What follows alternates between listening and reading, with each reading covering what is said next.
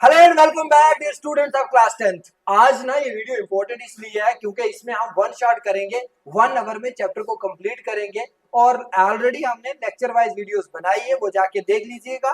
और इसमें हम कंप्लीट करने की कोशिश करेंगे और इसके साथ साथ आपको क्वेश्चन आंसर्स, एमसीक्यूज और लॉन्ग आंसर टाइप क्वेश्चन सारे के सारे और पीवाईक्यूज वो भी हम नेक्स्ट वीडियो में लेके आएंगे। अब आपने करना क्या है, 1 घंटे तक आपने इस वीडियो में बने रहना है, इस वीडियो को जरूर देखना है और इसके बाद हमारे ऐप से जाके हमारे नोट्स जो है वो डाउनलोड करके भी पढ़ना है। आप जेके बोस से हो या सीबीएसई से, सबके लिए ये वीडियो इंपॉर्टेंट है, बट जेके बोस वाले स्टूडेंट्स को ज्यादा ही बेनिफिट मिलने वाला है।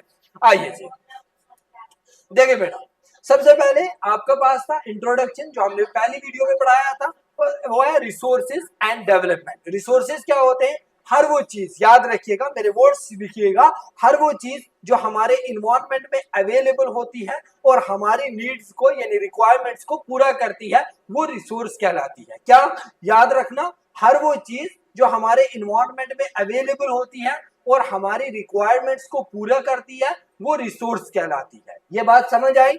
दूसरा, बट होना क्या चाहिए? वो टेक्नोलॉजिकली एक्सेसिबल होनी चाहिए, इकोनॉमिकली फिजिबल होनी चाहिए और कल्चरली एक्सेप्टेबल होनी चाहिए, तभी वो चीज जो है वो रिसोर्स कहलाएगी। ये डेफिनेशन समझ आई? ये डेफिनेशन लिखना है जहां पे डिफाइन रिसोर्स आएगा। तो अगर कोई लिखा होगा शॉर्ट, वेरी शॉर्ट में आएगा कि डिफाइन रिसोर्सेज, तो आपने क्या लिखना है कि हर वो चीज जो हमारे इन्वायरमेंट में अवेलेबल होती है, हमारी जरूरतों को यानी रिक्वायरमेंट्स को पूरा करती है, वो रिसोर्स कहलाती है। बट होना क्या चाहिए? वो टेक्नोलॉजिकली एक्सेसिबल होनी चाहिए, इकोनॉमिकली फिजिबल होनी चाहिए और कल्चरली एक्सेप्टेबल होनी चाहिए, तभी वो रिसोर्स कहलाए। डेफिनेशन समझ आई? बस इसी तरीके से पूरा समझना, ठीक है? देखिए, पढ़ना आपका काम है, आप मेहनत करना है आपने, आपके लिए हम भी मेहनत पे लगे। आपने देखा है साइंस के लेक्चर आए, पहले सिर्फ एसएसटी के थे, तो आपको लग रहा होगा कि हाँ कैरियर मेकिंग इंस्टीट्यूट में एसएसटी पढ़ा रहे हैं, अब साइंस भी पढ़ा रहे हैं और कल से मैथ्स भी आएगा आपके पास। तो इस तरीके से सभी सब्जेक्ट्स को हम कंप्लीट करने की कोशिश करेंगे। अभी आपका सेशन शुरू हो रहा है और शुरू होते ही आप कंप्लीट हमारी लेक्चर सीरीज भी देखते रहिएगा और जो जो मटेरियल हम बोलते हैं वो भी देखिएगा। फिर एग्जाम आने तक आपको खुद पता चलेगा कि कितनी चीजें ज्यादा बेनिफिशियल आपके लिए हमारे ऐप से, हमारे यूट्यूब से या हमारे तरफ से जो है वो रहेगी। ठीक है, आगे बढ़ते बेटा। रिसोर्सेज जो है वो क्लासिफिकेशन होती है। क्या होती है? Resources can be classified into different types on the basis on different basis. Resources different types में क्लासिफाई किए जाते हैं। याद रखिएगा, resources can be classified into 2 types on the basis of origin. क्या? Can be classified into 2 types on the basis of origin। Origin के basis पे resources 2 types में डिवाइड होते हैं बेटा। कौन कौन सी 2 टाइप्स? याद रखना, या तो बायोटिक या तो बेटा अबायोटिक। अब बेटा कोई भी चीज होती है या तो वो जिंदा होती है, यानी या तो वो लिविंग होती है या नॉन लिविंग होती है। अब मैं आपके सामने खड़ा हूं, मैं लिविंग हूं और इसी तरीके से मेरे हाथ में ये रिमोट है, ये नॉन लिविंग है। क्या है बेटा? नॉन लिविंग है। तो जो भी चीजें होती हैं वो या तो लिविंग होती है या तो नॉन लिविंग होती हैं। तो रिसोर्सेज जो है वो on the basis of origin जो क्लासिफाई होते हैं वो 2 तरह से होते हैं, या तो लिविंग होंगे या तो नॉन लिविंग होंगे। यहां तक मेरी बात आपको समझ आई? अगर बात समझ आई है तो कमेंट सेक्शन में लिखिएगा और अगर कोई डाउट है तो वो भी जरूर कमेंट सेक्शन में लिख दीजिएगा। समझ आ रही है? नेक्स्ट बेटा, अब क्या बायोटिक में क्या आते हैं? These come from biosphere and have a life. इन कब को क्या होती है? लाइफ। लाइफ का मतलब जिंदगी होती है, और यानी जिंदा होते हैं। और इसमें क्या आता है? ह्यूमंस आते हैं, प्लांट्स आते हैं, एनिमल्स, फिश वगैरह, ये सारे के सारे बेटा क्या है? ये बायोटिक। क्या है ये? बायोटिक। समझ आया? लाइफ, जिंदगी। ऐसे इंसान की जिंदगी भी होती है ना। इंसान जिंदगी में जितना कुछ भी कर लेना, उसको ना सेटिस्फेक्शन बहुत बहुत बहुत आराम से मिलती है। फॉर एग्जाम्पल, हर एक बंदे का ना सेटिस्फेक्शन के लिए चीजें अलग अलग होती है। किसी को पैसा सेटिस्फेक्शन देता है, किसी को गाड़ी सेटिस्फेक्शन देती है, किसी को स्टडीज, किसी को रिजल्ट्स, किसी को अचीवमेंट्स। और होता क्या है कि हम हमेशा आगे की तरफ देखते हैं, आगे की तरफ। फॉर एग्जाम्पल, मेरे पास अगर बाइक है तो मैं सोचूंगा मेरे पास गाड़ी होनी चाहिए, गाड़ी वाला सोचेगा उसके पास उससे बड़ी गाड़ी होनी चाहिए, लेकिन उससे आगे दूसरा बंदा सोचेगा उसके पास और कोई अच्छी चीज होनी चाहिए। तो हम पीछे नहीं देखते, क्योंकि मेरे पास अगर बाइक है तो मेरे से पीछे एक बंदा होगा, उसके पास साइकिल होगी, वो सोचता होगा मेरे पास बाइक होनी चाहिए। साइकिल से पीछे कोई होगा, उसके पास कुछ भी नहीं है, वो बिल्कुल पैदल चलता है, वो सोचता है यार मेरे पास एटलीस्ट साइकिल ही हो जाती। उसके पीछे कोई होगा, वो जो बंदा होगा उससे पीछे कोई होगा, वो हैंडीकैप होता, तो वो सोचता है यार काश मेरे पास पाँव होते, मैं चल पाता। तो इंसान जो है ना, वो अगर आगे की तरफ आप देखोगे जिंदगी में तो सेटिस्फाई नहीं होते। तो इंसान को हमेशा देखना है कि यार हाँ, मुझे जो मिला है इसके लिए ऊपर वाले का शुक्र। और ऐसे भी लोग हैं जिनके पास इतनी भी अपॉर्चुनिटीज नहीं, इसलिए हमेशा अपने से जो आगे लोग हैं ना उनको देखकर और ज्यादा आप मोटिवेट जरूर हो जाइएगा, लेकिन आपसे जो पीछे लोग हैं वो अगर कभी किसी चीज के बारे में आपसे पूछें या कहें तो उनको कभी मना नहीं कीजिएगा, क्योंकि टाइम को, इंसान को ऊंचाइयों पे और फिर नीचे आते कोई ज्यादा टाइम नहीं लगता। तो बेटा हम आते टॉपिक पे। अब अबायोटिक, अबायोटिक में वो रिसोर्सेज होते हैं बेटा जो नॉन लिविंग होते हैं, जिसमें रॉक्स आती है, मेटल्स आते हैं, ये सारे के सारे रिसोर्सेज हमारे क्या है, अबायोटिक है। समझ आया?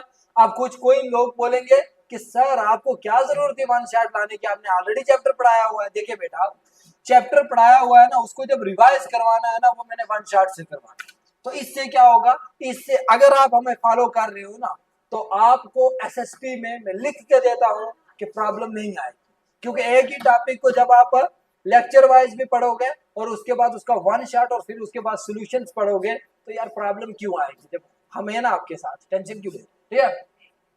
दूसरा होता है बेटा on the basis of exhaustibility. Exhaustibility के बेसिस पे रिसोर्सेज डिवाइड होते हैं दो में। एक होता है बेटा रेन्यूएबल, एक होता है बेटा नॉन रेन्यूएबल। अब जो रेन्यूएबल रिसोर्सेज होते हैं वो होते हैं रिप्लेनिश्ड एंड रिप्रोड्यूस होते हैं बाय नेचुरल प्रोसेस, उन वो ऑटोमेटिकली रिप्रोड्यूस हो जाते हैं। और फॉर एग्जांपल सोलर एनर्जी है, तो आप कभी जाके सोलर एनर्जी को तो कुछ नहीं कर सकते, वो ऑटोमेटिकली दोबारा क्या कहते हैं हो जाती है, रिप्रोड्यूस होती रहती है। विंड एनर्जी हो गई, वाटर हो गया, फॉरेस्ट हो गया, वाइल्ड लाइफ हो गया। तो रिन्यूएबल रिसोर्सेज में वो रिसोर्सेज हो जो ऑटोमेटिकली रिन्यू होते रहते हैं ओवर द टाइम, और जिनके खत्म होने का कोई भी चांसेस अभी तक मतलब इतना जल्दी खत्म होने के चांसेस नहीं। लेकिन दूसरी तरफ जो नॉन रिन्यूएबल रिसोर्सेज है, ये वो रिसोर्सेज हैं जिनका हमारे पास बेटा लिमिटेड स्टॉक है। क्या है? लिमिटेड स्टॉक है, और ये अगर खत्म हो जाएंगे तो इनको मिलियंस ऑफ ईयर्स लगेंगे दोबारा बनने में। मेरी बात समझ में आई आपको? क्या लगेंगे? मिलियंस। जैसे मेटल्स हो गए, ये मेटल्स जो है ये अगर खत्म हो जाएंगे तो दोबारा बहुत टाइम लगेगा। इवन तो मेटल्स में कुछ होते हैं जो रिसाइकल होते हैं, तो वो तो बन जाएंगे, लेकिन जो नॉन रिसाइकलेबल होंगे तो वो तो काफी टाइम लगेगा। फिर आ गया जैसे फॉसिल फ्यूल्स हो गया, इसमें जो फॉसिल फ्यूल्स होते हैं तो ये तो रिसाइकल नहीं होता। तो जो मेटल्स हैं, मेटल्स जैसे कुछ मेटल्स रिसाइकल हो जाएंगे, वो चलो हो गया। फॉसिल फ्यूल जो होते हैं ये रिसाइकल नहीं होते, और ये अगर खत्म हो जाएंगे तो मिलियंस ऑफ ईयर्स लगेंगे दोबारा बनने में। मेरी बात समझ आई बेटा आपको? नेक्स्ट आता है on the basis of ownership. Ownership कहते हैं कि इसको मालिकाना हक को। तो ऑनरशिप के बेसिस पे resources can be classified into 4 types. Number 1 individual resources, number 2 community resources, number 3 national resources, number 4 international resources. Individual resources में वो रिसोर्सेज आते हैं बेटा जिन पे किसी एक की ऑनरशिप होगी। फॉर एग्जांपल, आपके घर, आपके गेट के अंदर आपका गार्डन है, तो ये आपका इंडिविजुअल। आपने कोई वेल बनाया है पानी को जमा करने के लिए, रिजर्व करने के लिए, ये आपका इंडिविजुअल है। इसी तरीके से आपके पास कोई अपनी पर्सनल प्रॉपर्टी, वो आपका इंडिविजुअल रिसोर्स है। कोई भी दूसरा बंदा विदाउट योर प्रायर परमिशन उसको यूज नहीं कर सकता।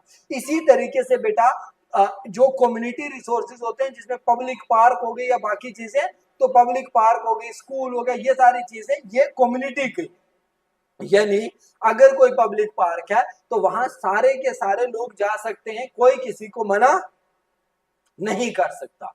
इसी तरीके से आप कोई गवर्नमेंट की बाकी चीजें देखो, वो भी सारी की सारी क्या है, क्या है सारी की सारी, बोलो, कम्युनिटी रिसोर्सेज।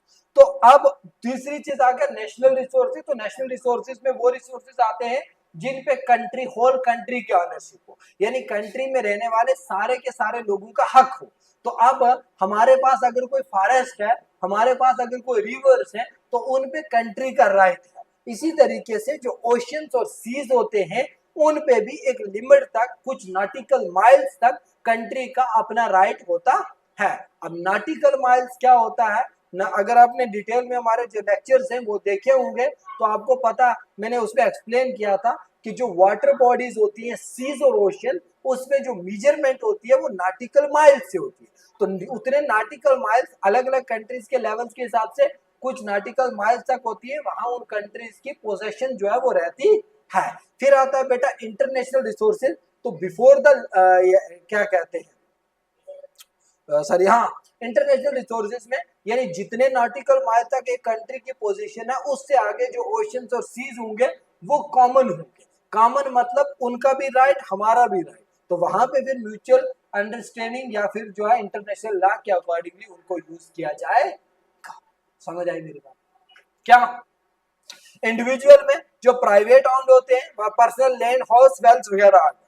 कम्युनिटी ऑन्ड में जो कम्युनिटी मेंबर्स यूज करते हैं, ग्रेजिंग ग्राउंड्स हो गया, पब्लिक पार्क हो गया, पिकनिक स्पॉट्स हो गया। इसी तरीके से नेशनल रिसोर्सेज में जो नेशन के होंगे, कंट्री में पॉलिटिकल बॉर्डर, जैसे टेरिटोरियल वाटर बॉडीज हो गया, 12 नॉटिकल माइल्स तक हम यूज कर सकते हैं, मैंने अभी बताया था आपको। इंटरनेशनल रिसोर्सेज में जो इंटरनेशनल ऑर्गेनाइजेशन के द्वारा मैनेज किया जाता है, oceanic resources beyond 200 nautical mile से ओशियनिक रिसोर्सेज और ये जो है यहाँ पे इंटरनेशनल एग्रीमेंट की जरूरत होती है।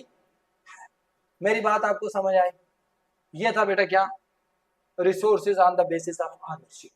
अब आता है आपका on the basis of status of development. Development के स्टेटस पे रिसोर्सेज कितने में डिवाइड होते हैं, पोटेंशियल में, डेवलपमेंट, स्टॉक में और रिजर्व रिसोर्सेज में। कितने, potential resources, reserve resources, stock resources, और बेटा उसके बाद आ जाता है आपका रिजर्व रिसोर्सेज। ठीक है, मेरी बात समझ आ रही है आपको? ठीक हो आप? पोटेंशियल रिसोर्सेज जो किसी रीजन में एग्जिस्ट करते हैं but have not been used, for example wind हो गया, सोलर एनर्जी हो गया, जैसे राजस्थान में है। अब पोटेंशियल है हमारे पास लेकिन वो यूजेबल नहीं, यूजेबल फॉर्म में नहीं है, हम अभी यूज उसको नहीं कर रहे। डेवलप्ड रिसोर्सेज में जिन वो रिसोर्सेज जिनका सर्वे हुआ, क्वालिटी एंड क्वांटिटी हमने निकाली और उसके बाद टेक्नोलॉजी पे डिपेंड, यानी टेक्नोलॉजी का यूज करके हमने उनको डेवलप किया। ठीक है, और इनकी डेवलपमेंट जो होती है वो डिपेंड थी किस पे, टेक्नोलॉजी पे। स्टॉक में बेटा होता है materials with the potential to meet human needs but without suitable. Stock resources में वो रिसोर्सेज आते हैं जिनका हमारे पास पोटेंशियल था, हम उनको यूज कर सकते थे, बट टेक्नोलॉजी उतनी ज्यादा नहीं थी जिसकी वजह से हम उनको यूज नहीं कर पाए। तो बेटा वो आएंगे स्टॉक रिसोर्सेज में। फिर आता है रिजर्व रिसोर्सेज में, वो रिसोर्सेज जिनको हम यूज कर सकते थे, हमारे पास टेक्नोलॉजी भी थी, सारी की सारी चीजें थी, लेकिन हमने इसलिए यूज नहीं किया क्योंकि हमें फ्यूचर जनरेशन को काम आए। समझ आए मेरी बात क्यों? ठीक है बेटा, तैयारी तो हम आपको अच्छे से करवाएंगे यार। आपको तैयारी करवाना ना क्लास 10th के लिए, ये ना आप हमारे इंस्टीट्यूट का ना एक मकसद बन गया, हमारा एक जुनून है जो है वो हम तैयारी करें। और होपफुली कल से मैथ्स की क्लासेस आएंगी। नहीं नहीं, ऐसा ही है। ठीक है, तो अब चलेंगे बेटा नेक्स्ट। ठीक है, नेक्स्ट हम पढ़ेंगे डेवलपमेंट ऑफ रिसोर्सेज। सिर्फ आप मुझे 1 मिनट का टाइम दीजिएगा, बस फिर आगे पढ़ेंगे। 1 आवर में चैप्टर कंप्लीट करना है। ठीक है,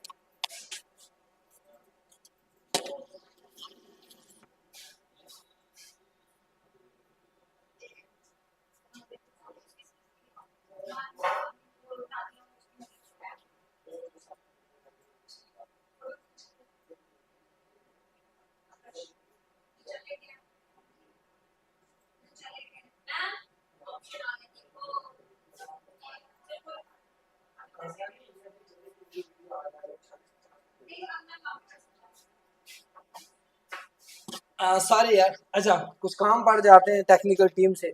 अच्छा, अब आ जाता है डेवलपमेंट ऑफ रिसोर्सेज। रिसोर्सेज की डेवलपमेंट कैसे होती है बेटा? देखिए, हम ह्यूमन जो रिसोर्सेज है इनको हम क्या यूज करते हैं, कभी कभी ओवर यूज करते हैं। ओवर यूज क्या होता है? जैसे कहते हैं eating is good but over eating is not good. इसी तरीके से thinking is good but over thinking is not good. Grazing is good but over grazing is not good. और इसी तरीके से जो हमारे रिसोर्सेज होते हैं इनको हम कभी कभी ओवर यूज कर देते हैं, जिसकी वजह से प्रॉब्लम्स होती है। तो इसमें क्या प्रॉब्लम्स होती है? कुछ ग्रीडी इंडिविजुअल्स होते हैं। ग्रीडी इंडिविजुअल्स मतलब कुछ लालची लोग होते हैं। वो लालची लोग कुछ रिसोर्सेज को इस तरीके से यूज करते हैं कि जिसमें बाकी जो लोग हैं उनके राइट्स जो है वो भी क्या हो जाते हैं बेटा,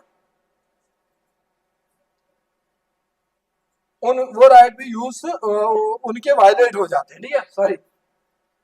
अब क्या है, अब इससे प्रॉब्लम्स हो जाती है, इन्वायरमेंटल प्रॉब्लम्स होती है, जैसे ग्लोबल वार्मिंग हो गया, पोल्यूशन हो गया, या फिर और बाकी जो इन्वायरमेंटल प्रॉब्लम्स होगी वो सारी की सारी का काज ये बन जाता है। ठीक है, अब है क्या, अब इसका हमने करना क्या है?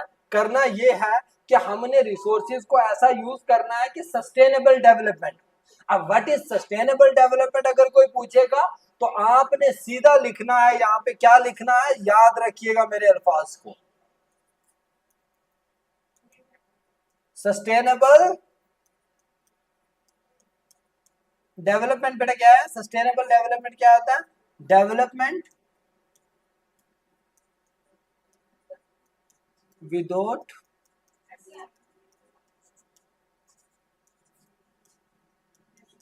हार्मिंग द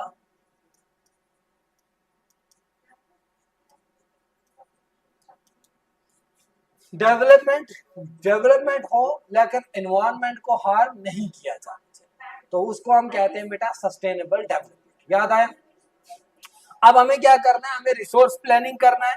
रिसोर्स प्लानिंग जो है ना, ये क्या है, जैसे हमने मैंने कहा sustainable development is also a part of resource planning. तो हमें रिसोर्स प्लानिंग करना है। अब रिसोर्स प्लानिंग में जितने भी रीजन है उन सब में इक्वल रिसोर्सेज को यूज करना है। तो जितने एरियाज होंगे, जितने रीजन होंगे, उनमें रिसोर्सेज को पहले हमने क्या कैटेगराइज करना है, और क्वालिटी एंड क्वांटिटी देखनी है, और फिर उनकी यूजेबल फॉर्म में लाना है, इक्वल यूजेबल फॉर्म में सारे एरियाज में लाना है। ठीक है, ये मैम डबल साइड करना है। ठीक है, उसके बाद अब होता क्या है, हमने जैसे इसमें आइडेंटिफाई करना है सबसे पहले, फिर देखना है उन रिसोर्सेज को, उनका सर्वे करना, मैपिंग करना, और फिर मेजरमेंट करना। दूसरी चीज, रिसोर्स प्लानिंग के लिए प्रॉपर टेक्नोलॉजी, स्किल्स और इंस्टीट्यूशंस का यूज करना है। और फिर जो डेवलपिंग है प्लानिंग स्ट्रक्चर की, वो उसमें टेक्नोलॉजी का अप्रोप्रिएट यूज होगा, तभी वो आपके काम आएगी। फिर मैच करना है रिसोर्स डेवलपमेंट को ओवरऑल नेशनल इंपॉर्टेंस के लिए। फॉर एग्जांपल, अगर किसी रिसोर्सेज को निकालने के लिए आपका 10,000 रुपया लग रहा है, तो उस 10,000 की जगह अगर 20,000 बेनिफिट हो रहा है तभी फायदा है, या 30,000। लेकिन अगर 10,000 में वो 10,000 वापस आ रहा है, 15,000 आ रहा है, तो फिर इसका मतलब है बेनिफिट नहीं है। तो जब बेनिफिट जिस काम में नहीं है तो उस काम को करने का फायदा नहीं। अब आते हैं कि रिसोर्स कंजर्वेशन जो है ना वो भी करना है हमने, और मिस यूज और ओवर यूटिलाइजेशन नहीं करना। तो ये आ जाएगा आपका रिसोर्स प्लानिंग। तो ये मैं साइड होगा, यहाँ ये वाले जो पॉइंट है इन सभी पॉइंट्स को आप देख लीजिएगा, और ये सारे के सारे पॉइंट्स जो है वो आपने रिसोर्स प्लानिंग इन इंडिया में डालने हैं और लिखने हैं। समझ आया? नेक्स्ट चलते हैं। नेक्स्ट आता है बेटा लैंड रिसोर्सेज। तो लैंड जो है वो एक इंपॉर्टेंट नेचुरल रिसोर्सेज है। ये सपोर्ट करता है वेजिटेशन को, वाइल्ड लाइफ को, ह्यूमन को। तो अब जो और जैसे लैंड है, तो इस लैंड के ऊपर ही क्या होता है बेटा? फॉरेस्ट होता है। तो ये फॉरेस्ट क्या है? ये फॉरेस्ट हैबिटेट है। हैबिटेट है किसकी? Wild life. तो अगर फॉरेस्ट नहीं होगा, लैंड लैंड के ऊपर अगर फॉरेस्ट नहीं होगा तो यानी वाइल्ड लाइफ नहीं है। इसी तरीके से जो लैंड है उसको वेजिटेशन होता है, अच्छा, फिर ह्यूमन लाइफ यानी हम जो कल्टीवेशन वगैरह करते हैं वो सारी होती है, और इकोनॉमिक एक्टिविटीज जितनी है वो सारी की सारी कहाँ पे होती है, लैंड के ऊपर होती है। अब है क्या, लैंड यूटिलाइजेशन। तो हमारे पास कुछ क्या होता है, फॉरेस्ट होता है, बैरन एंड वेस्ट लैंड होती है जिसपे एग्रीकल्चर नहीं होता, नॉन एग्रीकल्चर लैंड होती है जिसपे बिल्डिंग्स वगैरह बनाते हैं, फैलो लैंड होती है जो छोटी चढ़ाई, और अनकल्टिवेटेड लैंड और नेट सोन एरिया यानी जिसके ऊपर, नेट सोन एरिया में वो एरियाज आते हैं जहाँ पे एक्चुअल एग्रीकल्चर होता है। ठीक है, और इसमें हमारे जो लैंड यूज पैटर्न है, लैंड को डिफरेंट फिजिकल फैक्टर्स होते हैं जिसमें टोपोग्राफी होता है, क्लाइमेट होता है, सॉइल होता है, और ये सारे के सारे शेप देते हैं। तो अब पॉपुलेशन एंड टेक्नोलॉजी है। पॉपुलेशन में क्या आता है कि जैसे आपने अगर 8th 9th अच्छे से पढ़ी होगी तो उस 8th 9th में आपने अच्छे से पढ़ा होगा कि resources also classified into 3 types, उसमें इतना था, तब आपको इतना डिटेल में नहीं था। तब क्या था बेटा कि रिसोर्सेज तब ऐसे पढ़ाया जाता होगा आपको, अगर आपने 8th में पढ़ा होगा कि रिसोर्सेज एक होते हैं नेचुरल, एक होते हैं ह्यूमन,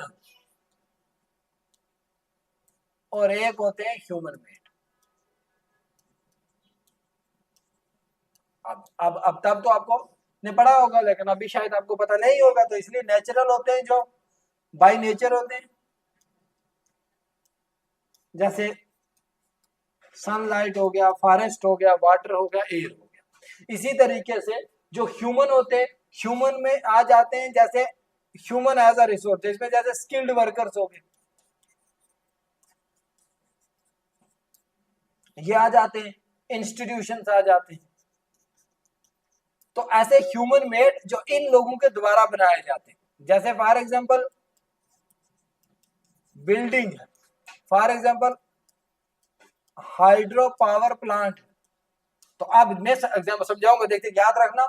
जैसे आपके पास वाटर क्या है, वाटर नेचुरल रिसोर्स है ना। अब इस वाटर से क्या बनाया, इससे बनाई हमने हाइड्रो इलेक्ट्रिसिटी। हाइड्रो इलेक्ट्रिसिटी क्या आ गई, ये मैन मेड आ गई, यानी ह्यूमन मेड रिसोर्स आ गया। तो बेटा इसमें जो स्किल्ड लोगों ने काम किया ना वो आपके ह्यूमन रिसोर्स आ गए। जितने स्किल्ड लोग थे, जो स्किल्ड वर्कर्स थे, तो उन स्किल्ड लोगों को आप ह्यूमन रिसोर्स कहोगे, तो इस तरीके से कैटेगराइज किया जाता था। तो अब ये सारी की सारी चीजें होंगी तो तभी आप लैंड को अच्छे से यूज कर पाओ। अब आ जाता है land degradation and conservation measures, यानी कंजर्वेटिव मीजर्स। तो अब लैंड डिग्रेडेशन क्या होता है, हमने अपनी नीड्स को यानी अपनी रिक्वायरमेंट्स को पूरा करने के लिए लैंड का डिफरेंट ऐसा यूज, इस तरीके के यूजेस किए जो कि शायद हमारे लिए और हमारी आने वाली जनरेशंस के लिए क्या बन रहे हैं, प्रॉब्लमेटिक सिचुएशन क्रिएट कर रहे हैं। फॉर एग्जाम्पल किसी कंपनी ने कि कोई मिनरल्स निकालने थे, तो उन मिनरल्स को निकालने के लिए वहां का फॉरेस्ट भी काट दिया, वहां के लोग जो थे वो भी आदिवासी बन के, कंपनी ने मिनरल्स भी निकाला, उस माइनिंग से भी पोल्यूशन हुआ। तो वो वहां के जो लोग थे उनको तो प्रॉब्लम हुई, हमारे इन्वायरमेंट को भी डायरेक्टली एंड इनडायरेक्टली जो है वो प्रॉब्लम हुई। तो ऐसी जो प्रॉब्लम्स होती है, ऐसी चीजें होती है, उनसे डायरेक्टली हमारे जो प्रॉब्लम्स है वो अराइज होती है, इन्वायरमेंटल प्रॉब्लम्स होती हैं, लैंड डिग्रेडेशन होता है। हम जैसे फैक्ट्रीज इंडस्ट्रीज का जो वेस्ट है वो लैंड के किसी पार्ट पे डालते हैं, तो उससे लैंड जो है वो suitable for cropping, suitable for agriculture या बाकी पर्पसेस के लिए नहीं रहती है। मेरी बात समझ आ रही है आपको? ओके। अब क्या है, अब जैसे हमने डिफॉरेस्टेशन किया, डिफॉरेस्टेशन जो कटिंग ऑफ ट्रीज अनलिमिटेड कर दिया हमने। ओवर ग्रेजिंग मैंने पहले ही आपको बताया, over grazing is also part, जो हम कैटल वगैरह को ले जाते हैं स्टेपी एरियाज में, और उनमें क्या होता है, उसमें यही तो होता है, ओवर ग्रेजिंग वगैरह हम करवाते हैं। तो वो जो ओवर ग्रेजिंग होता है, जैसे आपने किसी छोटे से एरिया में बहुत सारे एनिमल्स को लगाया, तो वहां वो जो ग्रेजिंग, उससे क्या होगा, उससे जिस एरिया में घास होगा उस पे जब ओवर ग्रेजिंग होगा ना, तो वहां की जो मट्टी निकल के सामने आ जाएगी, फिर जब बारिश पड़ेगी वो मट्टी पिघलेगी, वो पानी में बह जाएगी। तो ये वाली प्रॉब्लम्स होती है ना। तो इनको कंट्रोल करने के लिए, इनको ओवरकम करने के लिए, दिस इज अ रिस्पॉन्सिबिलिटी अपन अस कि हम क्या करते हैं, हम इन्वायरमेंट के साथ किस तरीके से बिहेव करते हैं, है ना, बिहेवियर है ना। तो वो हमारा कैसा रहता है इन्वायरमेंट के साथ, हम किस तरीके से अपने इन्वायरमेंट को प्रोटेक्ट करते हैं। तो ये रिस्पॉन्सिबिलिटी हमें जो है वो निभानी पड़ती है तो इसमें हमारा रोल जो है वो प्ले होता हुआ सबसे इम्पोर्टेंट जो है वो दिखाई देना चाहिए। मेरी बात समझ आई?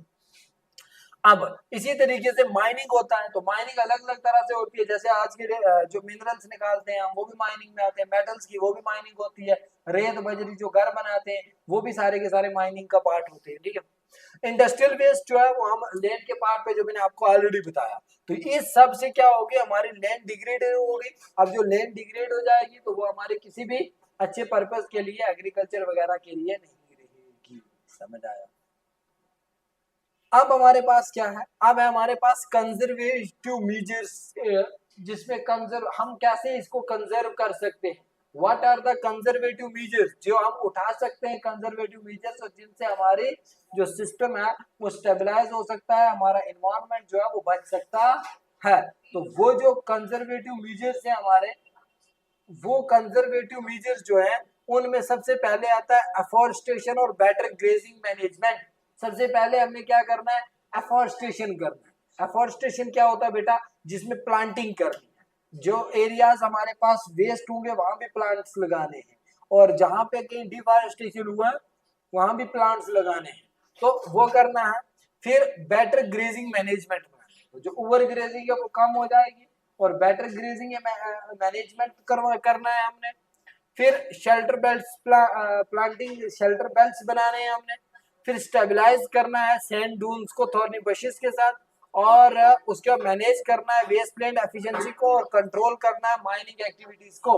These are the important points which contributes, और जिनको हमने फॉलो करना है तभी जाके लैंड कंजर्वेशन होगा।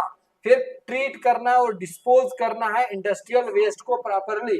तो जो इंडस्ट्रियल वेस्ट होता है बेटा वो दो तरह से होता है, कुछ होता है डिकम्पोजेबल और कुछ जो होता है वो नॉन डिकम्पोजेबल। तो वो जो डिकम्पोजेबल होगा वो तो डिकम्पोज हो जाएगा, लेकिन जो डिकम्पोज नहीं होगा ना उसका भी हमने एक वेल प्लान मैनेज करना है। उसमें से कुछ जो देखना है, अगर रिसाइकल होता है तो वो रिसाइकल के लिए करना है, ताकि हमारा सिस्टम जो है वो मैनेज हो पाए।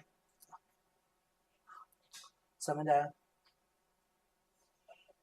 हिम्मत करे इंसान तो क्या हो नहीं सकता, क्या हिम्मत करे इंसान तो क्या हो नहीं सकता, वो कौन सा काम है जो हो नहीं सकता। आपकी तो 10th क्लास है, इसमें आपने अभी आपके पास आने वाले 8-10 महीने, और इनमें अगर डेली आप पढ़ते हो, एक टॉपिक एक सब्जेक्ट का भी पढ़ते हो ना, तब भी परसेंटेज तो अलग चीज है। क्योंकि आज की डेट में अगर आप देखोगे तो मैक्सिमम लोग जो हैं वो परसेंटेज के पीछे भागते हैं।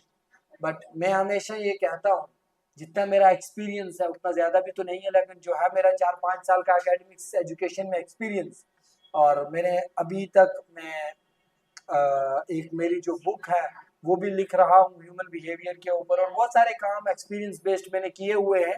तो एजुकेशन, आपको एजुकेट बनना होता है, आपको एजुकेशन हासिल करनी होती है, ना कि आपको मार्क्स के पीछे भागना होता है। क्योंकि जब कभी हम मार्क्स के पीछे भागेंगे या मार्क्स की तरफ जो है वो दौड़ लगाएंगे, तो हम उस चीज को भूल जाएंगे कि हमें एजुकेट बनना है। तो दो वर्ड होते हैं इंग्लिश में, एक होता है एजुकेट, एक होता है लिटरेट। तो अगर आपने पढ़ा है और उसके बाद वो जो पढ़ा है वो आपके कैरेक्टर में भी दिख रहा है, वो जो पढ़ा है वो आप आगे कंट्रीब्यूट भी उसकी वजह से कुछ कर रहे हो सोसाइटी में, तो ये आएगा एजुकेट में। किस में आएगा? एजुकेट में। तो दूसरा सेकंड इंपॉर्टेंट आ गया जो मैंने आपको कहा, लिटरेट। तो लिटरेट में आएगा कि क्या आपने जो पढ़ा, जैसे आप डिग्री होल्डर हो, तो अगर मैंने डिग्री की है किसी चीज की, और मैं उस डिग्री करने के बाद भी कोई चीज जो है उसमें से मेरे कैरेक्टर में, मेरी बोलने में, मेरे बिहेवियर में नहीं दिख रही, तो फिर वो खाली डिग्री होल्डर में बन गया, लिटरेट बन गया। But you have to become educated. आप एजुकेटेड बनोगे तो सारी की सारी चीजें आपके डेली आपकी बॉडी लैंग्वेज तक में जो है वो दिखेंगी। ठीक है, फिर आ जाता बेटा सॉइल एज अ रिसोर्स। तो सॉइल जो है ये रिन्यूएबल रिसोर्स है, नेचुरल रिसोर्स है, और हमारे पास जो अर्थ की लेयर्स होती हैं वो थोड़ा सा बता देता हूँ आपको। एक आ जाता है बेटा सबसे ऊपर जो टॉप की होती है उसको हम कहते हैं क्रस्ट। क्रस्ट से नीचे होती है मेंटल, क्या होती है? मेंटल से नीचे होती है कोर, तो अब जो कोर तो नीचे आ गई, फिर मेंटल आ गई, क्रस्ट आ गई। तो क्रस्ट का जो टॉप मोस्ट पार्ट होता है, टॉप मोस्ट लेयर, क्रस्ट की टॉप मोस्ट जो है ना, वहां पे हमारी लैंड और ऊपर सॉइल आ जाती है। तो सॉइल में क्या होता है, हल्दी मट्टी, जिसमें हम एग्रीकल्चर या कल्टीवेशन के काम आती है, ठीक है। हमारे सॉइल की फॉर्मेशन यानी 1 इंच या 1 सेंटीमीटर सॉइल को बनने के लिए भी मिलियंस ऑफ ईयर्स लगते हैं। तो अब सॉइल जो है वो डे बाय डे जो डिग्रेड होती है या फिर इरोजन्स वगैरह की वजह से जाया होती है, तो वो होती है। बट अगर इसको बनने की बात करें तो इसको मिलियंस ऑफ ईयर्स जो है वो लग जाते हैं 1 सेंटीमीटर को बनने में। अब क्या है कि नेचुरल रिसोर्स है, ये सपोर्ट करती है सॉइल हमारे प्लांट्स को और इसके बाद ह्यूमन लाइफ को। सॉइल फॉर्मेशन जो है ये मिलियंस ऑफ ईयर्स लेती है बनने के लिए। और हमारे पास क्या है, हमारी और सॉइल के जो फॉर्मेशन पे इन्फ्लुएंस करती हैं कुछ चीजें, जैसे टेम्परेचर जो है वो इन्फ्लुएंस करता है, वाटर वो इन्फ्लुएंस करता है, विंड वो इन्फ्लुएंस करती है, ग्लेशियर्स इन्फ्लुएंस करते हैं और ऑर्गेनिज्म। उसके बाद पेरेंट रॉक और क्लाइमेट एंड वेजिटेशन जो होता है ये इंपॉर्टेंट फैक्टर होता है सॉइल के लिए। तो organic humans and inorganic material, organic humans क्या होता है, जैसे प्लांट्स होते हैं, प्लांट्स के जो पत्ते होते हैं या फिर उसके बाकी टहनियां वहनियां जो वो डिकम्पोज होकर वो बनते हैं ना, वो ह्यूमस में आ जाता है, ठीक है। एनिमल्स की बॉडीज के पार्ट्स में होते हैं। अब आता है बेटा क्लासिफिकेशन ऑफ सॉइल, बहुत ही इंपॉर्टेंट है, पेपर्स में पूछा भी जाता है हमेशा, क्लासिफिकेशन ऑफ सॉइल, ठीक।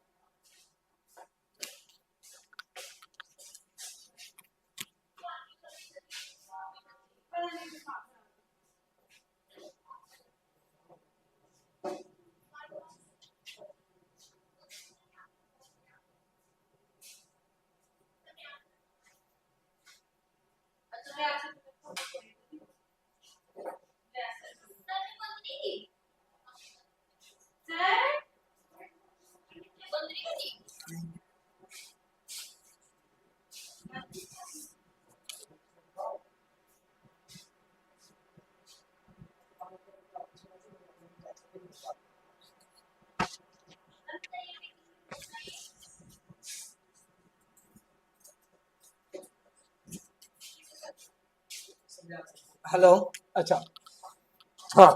तो अब क्या है बेटा, ये जो क्लासिफिकेशन ऑफ सॉइल है ये इम्पोर्टेंट है। और इसको समझना आपके लिए इम्पोर्टेंट, क्योंकि सभी पेपर्स में जो है वो ऑलमोस्ट आज की डेट में ये पूछे जाने वाला क्वेश्चन। तो बेटा क्लासिफिकेशन ऑफ सॉइल जो है वो इम्पोर्टेंट है, क्योंकि सबसे पहले हमारे जो सॉइल होती है उसकी फॉर्मेशन जो है उसके लिए कुछ फैक्टर्स होते हैं जिनके ऊपर बेस्ड होती है। कौन कौन से फैक्टर होते हैं, जैसे कलर हो गया, थिकनेस हो गया, टेक्सचर हो गया, एज हो गया और केमिकल प्रॉपर्टीज होगी। These are the important factors जिनके ऊपर सॉइल की फॉर्मेशन जो है वो बेस्ड होती है। तो अब हमारे पास क्या है, सबसे पहले अलूवियल सॉइल। तो बेटा अलूवियल सॉइल जो हमारी होती है ये हमारी इस रीजन में पाई जाती है। ये वाला रीजन है, इसको कहते हैं नॉर्दर्न प्लेन्स। क्या कहते हैं, नॉर्दर्न प्लेन। तो अगर आपने ज्योग्राफी क्लास 10th का, क्लास 9th का चैप्टर 1st एंड 2nd पढ़ा, तो आपको पता होगा कि हमारे जो अर्थ है इसके डिफरेंट फिजिकल फीचर्स हैं। फिजिकल फीचर्स में से आपने ऐसे आपको पढ़ा होगा ना, फर्स्ट में साइज एंड लोकेशन वाले में भी यह दिया हुआ कि सबसे पहले ऊपर हमारे पास हिमालयास है, हिमालयास कैन बी क्लासिफाइड में डिफरेंट टाइप्स, फिर उसके बाद शिवालिक, शिवालिक के बाद प्लेन्स आ जाते हैं। और वो जो सारे प्लेन्स आ जाते हैं ऊपर जो टॉप पे, तो उनको नॉर्दर्न प्लेन्स कहते हैं, जो जम्मू डिवीजन के, आधा जम्मू डिस्ट्रिक्ट ले लो, फिर सांबा, कठुआ और फिर पंजाब, हरियाणा वगैरह, ये सारे का सारा एरिया जो है, फिर बाकी स्टेट्स का भी कुछ एरियाज कवर करते हैं। तो इस एरिया में बेटा पड़ती है अलूवियल सॉइल। कौन सी सॉइल पड़ती है, अलूवियल सॉइल। तो बेटा अलूवियल सॉइल जो है ये इंपॉर्टेंट इसलिए भी है क्योंकि अलूवियल सॉइल में सबसे ज्यादा फर्टाइल होती है। अब सबसे ज्यादा फर्टाइल होती है, इसके पीछे रीजन क्या है, तो इसका रीजन आपको समझना बहुत जरूरी है। अब मैं समझाता हूं आराम से। बेटा होता क्या है, हमारे जो रिवर्स होते हैं, तो रिवर्स हमारे दो तरह के होते हैं। कितने तरह के होते हैं, इंडिया में दो तरह के। एक आते हैं बेटा हिमालयन रिवर्स, एक आते हैं बेटा हिमालयन रिवर्स, दूसरे आते हैं बेटा पेनिनसुलर रिवर्स। दूसरे कौन से, पेनिनसुलर रिवर्स। तो अब देखिए हिमालयन रिवर जो होते हैं ये होते हैं बेटा पेरिनियल रिवर्स। क्या होते हैं, पेरिनियल रिवर्स। तो पेरिनियल रिवर, तो जो पेनिनसुलर है ये मोस्टली क्या है, मोस्टली सीजनल है। तो अब मेरी बात आराम से सुनना, गौर से सुनना, जो पेरिनियल रिवर्स है ये उन रिवर्स को कहते हैं बेटा जो थ्रू आउट द एयर चलते हैं। क्या करते हैं, थ्रू आउट द एयर चलते हैं। तो सीजनल जो किसी पार्टिकुलर सीजन में होगा। तो तीन बड़े हिमालयन रिवर्स हैं, Indus river system, Ganga river system and Brahmaputra river system. अब आप बोलोगे सर आपने ये तो बताया रिवर, अब ये बताओ रिवर सिस्टम क्या है, तो समझा देता हूँ कमेंट में आने से पहले ही, डाउट पहले ही सॉल्व करना चाहिए ना बेटा। रिवर सिस्टम क्या होता है, एक होता है रिवर, रिवर हो गया कोई एक पार्टिकुलर रिवर, एक होता है बेटा रिवर सिस्टम। रिवर सिस्टम में क्या होता है, river, it's tributaries and distributaries. एक रिवर, उसकी ट्रिब्यूटरीज एंड डिस्ट्रीब्यूटरीज, इस सबको मिला के जो बनता है वो बनता है बेटा रिवर सिस्टम। क्या बनता है, रिवर सिस्टम। आप समझ आया, अब और समझो। देखो जैसे फॉर एग्जांपल यहां से बेटा एक रिवर निकला, क्या निकला, मेन रिवर। अब यहां से आगे अकेला निकला, आगे क्या हुआ, एक यहां से ट्रिब्यूटरी, ट्रिब्यूटरी यानी शाखाएं, एक यहां से मिल गई, एक यहां से आगे मिल गई, एक और मिल गई। तो ये जो बीच में शाखाएं मिलने वाली है इनको हम ट्रिब्यूटरी कहते हैं। अब ये मेन रिवर आगे गया, आगे जाके आधा नीचे चला गया, आधा इधर चला गया, आधा इधर। तो जो ये आगे डिवाइड हुआ, ये जो डिवीजन हुई, इसको हम डिस्ट्रीब्यूटरी कहते हैं। क्या कहते हैं बेटा, डिस्ट्रीब्यूटरी कहते हैं। समझ में आया। अब जो नॉर्दर्न हमारे तीन जो रिवर सिस्टम है, Indus river system, Ganga river system and Brahmaputra river system, ये क्या करते हैं, अपने साथ डिपोजिशन लाते हैं और उस डिपोजिशन से बनते हैं नॉर्दर्न प्लेन्स। तो इस वजह से, क्योंकि जो हमारे पास क्या होता है, स्लोपिंग एरिया होता है, वहां से ये रिवर्स अपने साथ जो डिपोजिशन लाते हैं उसमें उस एरिया की जो फर्टिलिटी है, वो फर्टाइल न्यूट्रिएंट्स जो है वो सारे आते हैं और वो नॉर्दर्न प्लेन्स में इकट्ठे होते हैं और नॉर्दर्न प्लेन्स क्या बनता है बेटा, फर्टाइल बनता है। ये समझ आया। अब ये also in eastern coastal planes में भी पड़ता है। अब समझो कोस्टल प्लेन जो ये जा समुद्र के साथ वाला, तो अब जो ईस्टर्न कोस्टल प्लेन आ गया ये वाला, तो इसमें भी ये पड़ता है जो हमारे बे ऑफ बंगाल के रीजन में आता है। ठीक है, और ये फर्टाइल होती है ये सॉइल सारी। उसके बाद ये किस किस क्रॉप के लिए अच्छी होती है, पैडी के लिए, शुगर कैन के लिए और व्हीट के लिए अच्छी रहती है। और अलुवियल सॉइल जो होती है वो दो पार्ट्स में डिवाइड होती है। It can be classified into two categories बेटा।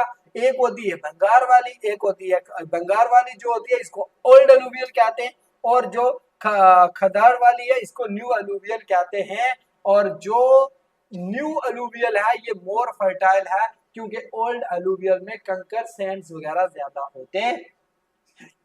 मेरी बात समझ आई आपको, अच्छे से समझ आई। आगे बेटा अब है हमारे पास ब्लैक सॉइल। ब्लैक सॉइल को हम रेगूर सॉइल और कॉटन सॉइल भी कहते हैं। अब कॉटन सॉइल क्यों कहते हैं, क्योंकि ब्लैक सॉइल जो है ये सबसे ज्यादा सूटेबल रहती है कॉटन क्रॉप्स के लिए। किसके लिए, कॉटन क्रॉप्स के लिए। तो अब हम इसको इसलिए कॉटन सॉइल भी कहते हैं, रेगूर सॉइल भी कहते हैं। इसका कलर ब्लैक होता है और ये आइडियल होती है कॉटन के लिए, सबसे ज्यादा होती है। और ये डेक्कन ट्राइब रीजन जो है उसमें पाई जाती है। तो यहाँ पे अगर आप देखोगे तो ये वाला पेनिनसुलर का आधा रीजन और इससे ऊपर जो प्लेटो वाला रीजन है इसमें ये पाई जाती है। ये क्ले मटेरियल होती है, इस वजह से जो ये इसमें जो जैसे होती है ना द्राड़ टाइप होती है वो ज्यादा पड़ती है ना। दूसरा ये मॉइस्चर रिटेंशन होता है इसमें। कैल्शियम के लिए calcium carbonate, magnesium, potassium, lime में रिच होती है। अब आती है रेड एंड येलो सॉइल। ये डेवलप होती है क्रिस्टलाइन इग्नेस रॉक पे। अब आप क्वेश्चन करोगे, आपने पढ़ा भी होगा कि रॉक्स, तो रॉक्स की तीन टाइप्स होती हैं।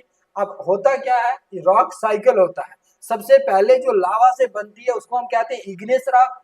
फिर इग्नेस रॉक जब छोटे टोटू में डिवाइड होती है उनको हम कहते हैं, जो टुकड़े होते हैं उनको कहते हैं सेडिमेंट्स। और वो सेडिमेंट से जो वेदरिंग की वजह से दूसरी रॉक की कैटेगरी बनती है उसको हम कहते हैं सेडिमेंट्री रॉक। और सेडिमेंट्री रॉक के बाद वेदरिंग के साथ जो फाइनल रॉक हमारे बन के आती है उसको हम कहते हैं बेटा मेटामॉर्फिक रॉक। समझ आया। तो इसने कहा कि जो रेड एंड येलो सॉइल है ये हमारे इग्नियस रॉक में होती है और ये लो रेनफॉल एरियाज में ये ज्यादा होती है, डेक्कन प्लेट्यू वाले रीजन में। अब क्वेश्चन प्लेट्यू क्या होता है मैंने वीडियो में एक्सप्लेन भी किया हुआ है, फिर भी बता देता हूँ। जैसे बेटा ये वाला रीजन, ये वाला ये जगह आ गई आपकी, ये मेन लैंड आ गई। तो इस मेन लैंड से यहाँ से ऊपर आ गया एरिया, फिर आगे से नीचे, तो ये क्या होगा, फ्लैट ऑन टॉप होगा, यानी टॉप पे क्या होगा, फ्लैट होगा। तो इसको हम कहेंगे बेटा, क्या कहेंगे, बोलो जोर से बोलो, क्या कहेंगे, प्लेट्यू। क्या कहेंगे, प्लेट्यू। क्या होता है, अब हाईलैंड्स होते हैं, हाईलैंड होगा यानी जमीन से ऊंचा होगा, फ्लैट ऑन टॉप होगा, टॉप से फ्लैट होगा, दैट्स ऑल। ठीक है, फिर आ जाता है, ये रेड कलर में होती है और आयरन डिफ्यूजन होता है इसमें, और ये कुछ हाइड्रेटेड मतलब येलो में भी होती है कुछ एरियाज में जब ये हाइड्रेटेड होती है। ठीक है, उड़ीसा, छत्तीसगढ़ और इसके बाद वेस्टर्न घाट के जो ये वाले पार्ट्स हैं, इन पार्ट्स में हमारे पास रेड एंड येलो जो है वो पाई जाती है। यहाँ पे ये वेस्टर्न घाट्स आ गया ना, ये ईस्टर्न घाट्स आ गया। समझ आया, ये वन शॉट अगर पूरा देख लिया आपने तो सोचो कि आपके एसएसटी में ना 4 चांद लग जाएंगे बेटा। ठीक है, अब आ गया आपके पास लेटराइट सॉइल। लेटराइट निकला बेटा लेटर से, लेटर का मतलब होता है ब्रिक, ब्रिक का मतलब होता है ईंट, है ना, घर बनाने के लिए लिखते थे। ठीक है, तो लेटर ये कहाँ, ट्रॉपिकल एंड सब ट्रॉपिकल क्लाइमेट्स में होती है, वेट एंड ड्राई सीजन्स में। और इसमें होता क्या है कि हैवी रेन वाले रीजन्स में भी होती है कुछ एरियाज में, बट इतना याद रखना कि यहाँ पे जो लेटराइट साइल है, लेटराइट साइल उन एरियाज में जो ट्रॉपिकल एंड सब ट्रॉपिकल वाले रीजन्स में ज्यादा है। तो अब जो ट्रॉपिकल एंड सब ट्रॉपिकल वाले रीजन की अगर मैं बात करूंगा बेटा, तो ये द रीजन जो हमारे tropic of cancer, tropic of capricorn के बीच वाले रीजन से उनमें ज्यादा होती है। ठीक है, ट्रॉपिकल में एक्चुअली, है ना। दूसरा बेटा, ये साउथ ईस्टर्न स्टेट्स में भी हमारे हैं, जैसे उसके साउथ ईस्टर्न स्टेट्स में भी है, और महाराष्ट्र, उड़ीसा, वेस्ट बंगाल और नॉर्थ ईस्टर्न रीजन में ये पाई जाती है।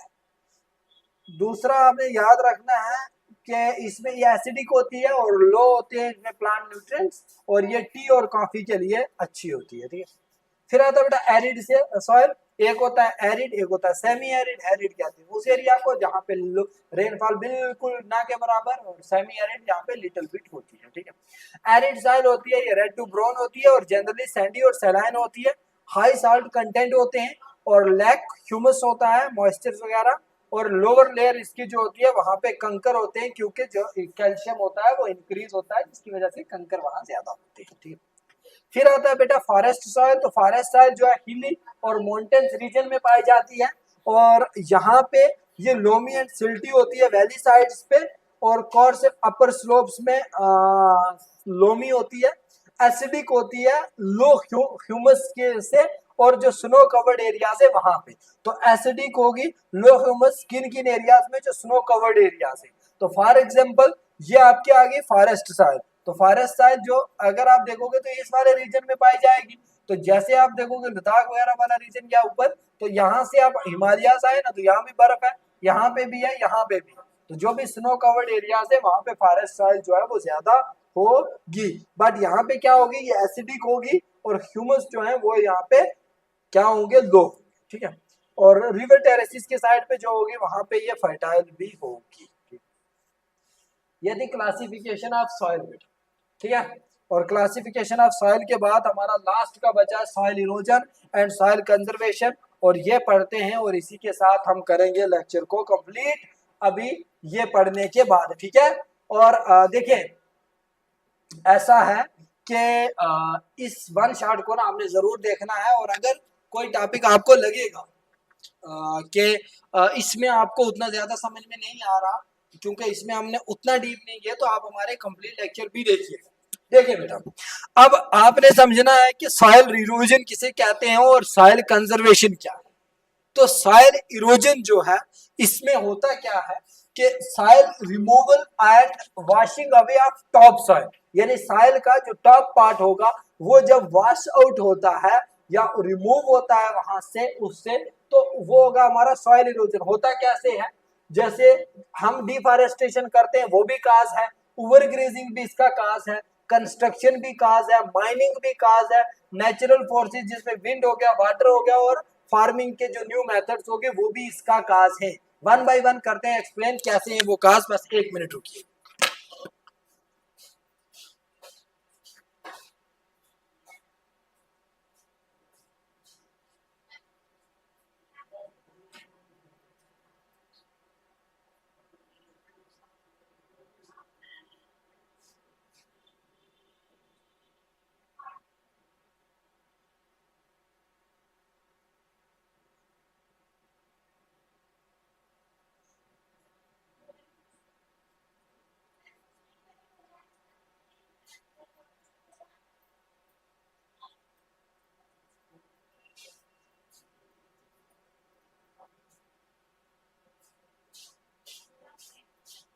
अच्छा अच्छा, तो मसला ये है कि सॉइल इरोजन को आप पढ़ते हैं डिटेल से, है ना।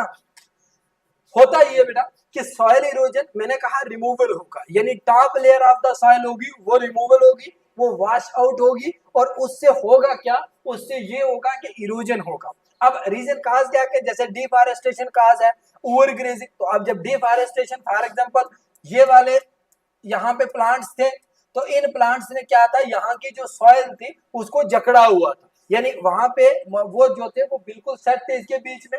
हमने क्या किया, हमने अपनी जरूरतों को पूरा करने के लिए इसको काट दिया। तो जब हमने ये फॉरेस्ट ऊपर से काटा, जब प्लांट्स ऊपर से काटे, तो हुआ क्या भाई, हुआ ये कि वो जमीन खाली हो गई। तो अब जब जमीन खाली हो गई तो वो बारिश आएगी कुछ आएगी तो डायरेक्ट असर पड़ेगा, उसका जो टॉप लेवल है वो क्या हो जाएगा, वॉश आउट हो जाएगा। मेरी बात ध्यान से सुनते रहना। आगे बढ़ते हैं बेटा, आगे ये बढ़ते हैं कि दूसरा आ गया, मैंने कहा डिफॉरेस्टेशन हो गया, ओवर ग्रेजिंग। तो ओवर ग्रेजिंग में क्या, जैसे ये ग्रेजिंग वाला एरिया था, यहाँ पे ग्रासलैंड एरिया था, इसको स्टेपी एरियाज भी कहते हैं ग्रासलैंड वाले को। तो इस स्टेपी एरियाज में प्लांट्स थे, तो इन प्लांट्स को क्या, सॉरी यार स्टेपी एरियाज में घास था, प्लांट्स नहीं थे, याद रखना क्या था, ग्रास था। तो अब हमने क्या किया, हमने कैटल यानी कुछ जो एनिमल्स थे उनको चराया, और वो जब ग्रेजिंग करते थे तो वो ग्रेजिंग ओवर ग्रेजिंग हो गई। तो उस ओवर ग्रेजिंग से घास तो ऊपर से उन्होंने ग्रेज कर लिया, लेकिन जो नीचे सॉइल बची वो मट्टी जो थी वो सामने निकली, वो एरिया रेड होने, वो मतलब कलर चेंज करने लगा। और जब फिर बारिश होगी तो वो उस एरिया पे जब बारिश पड़ेगी तो उससे वो बहना शुरू कर जाएगा। मेरी बात समझ आ रही है? आगे बढ़ते हैं। फिर आ गया कंस्ट्रक्शन। तो हम जो कंस्ट्रक्शन वगैरह करते हैं उसके लिए मशीन वगैरह का यूज करते हैं एरिया में। फिर माइनिंग हो गई और नेचुरल फोर्सेज विंड वगैरह एंड वाटर। तो अब जो माइनिंग है वो भी इसी में आ जाता है। फिर आ जाता है बेटा कल्टीवेशन। जैसे आप अगर कहीं स्लोपिंग एरियाज में रूरल साइड में रहते हो तो वहां पे क्या होता है, हम जो कल्टीवेशन करते हैं, हम जो क्रॉपिंग करते हैं, क्रॉप्स वगैरह लगाते हैं, तो उस क्रॉप से क्या होता है, उस क्रॉप से भी इफेक्ट पड़ता है। कैसे, हमारे जो वो एरियाज में इस तरीके के छोटे छोटे खेत होते हैं, तो इनमें जब बारिश होती है तो यहाँ का जो पानी है वो इससे, क्योंकि स्लोपिंग एरिया होता है तो वहां पे भी इरोजन होता है, तो ये पानी बहता है ऐसे दूसरे से जाता है, तो ऊपर की जो फर्टिलिटी ऊपर वाले खेत की वो आस्ता आस्ता बहती रहती है, दूसरे में, दूसरे की तीसरे, ऐसे जब ज्यादा फ्लड्स वगैरह आते हैं तो प्रॉब्लम होती है। अब रनिंग वाटर क्रिएट करता है डीप चैनल जिनको गुलीज कहा जाता है। तो जो पानी बहता है जो मट्टी वाले एरिया में स्पेशली, तो उसमें क्या करता है, डीप चैनल्स बनाता है, गहरे चैनल्स बनाता है, जो क्या, जिनको हम क्या कहते हैं, गुलीज कहते हैं। और लैंड को अनयूजेबल बनाता है, अनयूजेबल बैड लैंड बनाता है। और जब वाटर फ्लो करता है as a sheet over the slope, तो वो टॉप सॉइल होती है वो वॉश आउट होती है। तो इसको हम कहते हैं शीट इरोजन, यानी जब पानी का फ्लो करता है ओवर द शीट और उससे जो टॉप लेयर है वो वॉश आउट होगी, तो उसको हम कहेंगे शीट इरोजन। क्या कहेंगे, शीट इरोजन। तो विंड जब ब्लो करती है और सॉइल को लूज करती है वो विंड इरोजन होता है। तो जैसे कोई एरिया है, प्लांट्स नहीं है, डेजर्टेड वैली टाइप का है, तो वहां पे विंड चलती है। अब विंड किसे कहते हैं, एक होता है सिंपली एयर, क्या होता है, एयर, एयर कहते हैं। एयर में यानी जो हमारी ब्लोइंग एयर होती है, यानी जो चलने हवा चलती है तेज, तो उसको हम कहते हैं क्या, विंड। तो एक होती है जेंटल एयर, जेंटल एयर को हम कहते हैं बेटा ब्रीज, क्या कहते हैं, ब्रीज। तो एक होती है जो थोड़ा सा हार्म में जाती है, जो लॉस करती है, उसको हम क्या कहते हैं बेटा, उसको हम कहते हैं स्टॉर्म। और एक होती है टॉप लेवल की, जिसमें सबसे ज्यादा लॉस वास होता है, वो उसको हम फसलें वगैरह खराब हो जाती है तो उसको हम कहते हैं क्या, गेल कहते हैं। क्या मेरी बात समझ आ रही है आपको? तो ये सारी चीज एयर की टाइप्स। नेक्स्ट आते हैं बेटा, नेक्स्ट अब क्या आता है, what are the key mechanisms of soil conservation. Soil conservation के की मैकेनिज्म बताओ। तो सबसे पहला है काउंटर प्लॉइंग। अब कैसे सॉइल को कंजर्व करना है, काउंटर प्लॉइंग करना है। जो प्लॉइंग है इसको जैसे लाइन स्लोप्स बनाने हैं और जिनमें ताकि पानी आस्ता आस्ता जाएगा, पानी का फ्लो उतना तेज नहीं जाएगा। उसके बाद रिड्यूस करना है, इससे क्या होगा, सारी रिड्यूस होगा इरोजन। तो काउंटर प्लॉइंग से इरोजन जो है वो क्या होगा बेटा, रिड्यूस होगा यानी कम होगा। दूसरी चीज बेटा, टेरेस कल्टीवेशन। तो बिल्ड करने टेरेसेस ऑन हिल साइड्स पे, और जो टेरेसेस होंगे वहां पे रिस्ट्रिक्ट कर हो जाएगा इससे सॉइल इरोजन। जो भी ऊपर हिमालयाज वाले रीजन है तो वहां पे जो कल्टीवेशन वगैरह करोगे वहां पे टेरेसेस वगैरह जो है वो बिल्ड करने हैं, जाके उनसे डायरेक्टली जो है इरोजन कम होगा। फिर आता है बेटा तो स्ट्रिप क्रॉपिंग। तो स्ट्रिप क्रॉपिंग में क्या होता है, लार्ज फील्ड जो होती है वो डिवाइड होती है स्ट्रिप्स में, और ग्रास जो होता है वो ग्रोन होता है between crop strips to break the force of the wind. तो जैसे ये वाला एक आ गया छोटा सा खेत, फिर ये वाली जगह जो है ये किस में आ गई, यहाँ ग्रास वगैरह आ गया। तो फिर इसमें आ गया आपका दूसरा खेत, तो यहाँ पे क्रॉप होगी, यहाँ पे फिर क्रॉप होगी, यहाँ पे बीच में ग्रास होगा। तो ये क्या करेगा, यहाँ से फिर पानी का फ्लो जो है वो कम हो जाएगा और उससे मिट्टी वगैरह जो है वो वॉश आउट नहीं होगी। समझ आया? नेक्स्ट आता है बेटा शेल्टर बेल्ट। जो प्लांट कर जो रोज बनाने ट्रीज के, जिनमें शेल्टर्स बनाने हैं, और इससे स्टेबलाइज होगा सैंड डून्स और चेक होगा डेजर्ट स्प्रेड वेस्टर्न इंडिया में। अब होता क्या है, जो हमारे डेजर्ट्स होते हैं तो वहाँ सैंड डून्स समझते ही हो आप, क्या होता है कि जो हवा चलती है, विंड्स वगैरह चलती है स्ट्रॉन्ग स्ट्रॉन्ग, तो उससे क्या होता है वो जो डेजर्टेड एरिया में मट्टी वगैरह जो है वो इकट्ठी हो जाती है वो हवा से, तो वो डून्स वगैरह जो है वो बना देती है वहां पे, ठीक है। तो वो भी इरोजन के में आ जाता है। तो ये जो सारे के सारे मैंने आपको पॉइंट्स बताए बेटा, ये सारे के सारे वो पॉइंट्स थे जो आपको याद करने की बहुत ज्यादा जरूरत है। तो अब वन बाय वन आपने लास्ट में पढ़ना है इनको, और अगर और ज्यादा डिटेल में जाने की आप के लिए पढ़ना, वो तो पढ़ना ही पड़ेगा आपको, जो हमारी लेक्चर वाइज वीडियोस है हमारे चैनल पे पड़ी हुई, वो हर एक वीडियो को आप देखिएगा। और अगर आपको वन शॉट देखना है तो फिर आपको ये वाला जो है वो देख लीजिएगा। क्या क्या पढ़ा इसमें, एक हम करते हैं क्विक रिवीजन। क्या करते हैं, बोलो ना यार कमेंट में, क्या करते हैं, क्विक रिवीजन। क्विक रिवीजन में हमने क्या पढ़ा बेटा,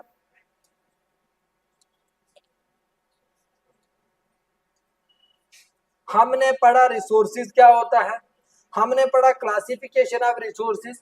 क्लासिफिकेशन में हमने बायोटिक एंड अबायोटिक पढ़ा यानी ओरिजिन के बेसिस पे, हमने पढ़ा एग्जॉस्टिबिलिटी के बेसिस पे, हमने पढ़ा ऑनरशिप के बेसिस पे, हमने पढ़ा स्टेटस ऑफ डेवलपमेंट के बेसिस पे। तो ये हमने पढ़ा क्या, क्लासिफिकेशन ऑफ रिसोर्सेज।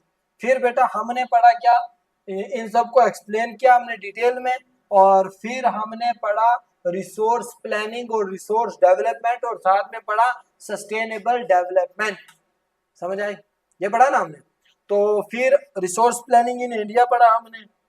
फिर इसमें जो हमने पढ़ा लैंड यूटिलाइजेशन पढ़ा, और लैंड यूज पैटर्न इंडिया में कैसा है वो पढ़ा हमने।